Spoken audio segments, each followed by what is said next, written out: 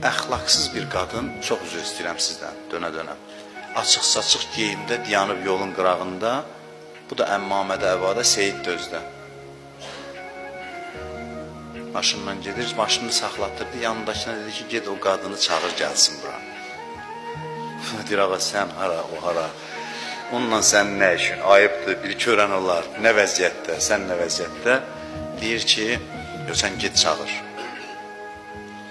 Çağırır, deyir ki, bax, mənə bu pulu veriblər.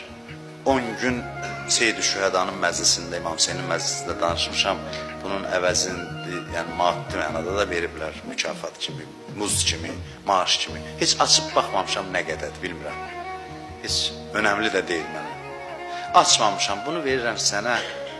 Amma İmam Hüseynə söz ver, bu İmam Hüseyin puludur, İmam Hüseynin getirdi. İmam Hüseynə söz ver ki, day, bu işlərə, bu yola düşməyəsən. Söz ver İmam Hüseynə. Deyir, verir, arxaya da baxmır, çıxır, gedir. Gedir, bir il sonra deyir, Kərbəladaydı. Bir nəfər deyir ki, ağa, bu xanım sizi çağırır. Gəlir, görür ki, hicabda, çarşabda bir xanımdır, üzündən çəkir örtüyü, deyir ki, məni tanıdınız, deyir, yox. Deyir, yadınızdadır, həmin o küçədə dayanmışdım.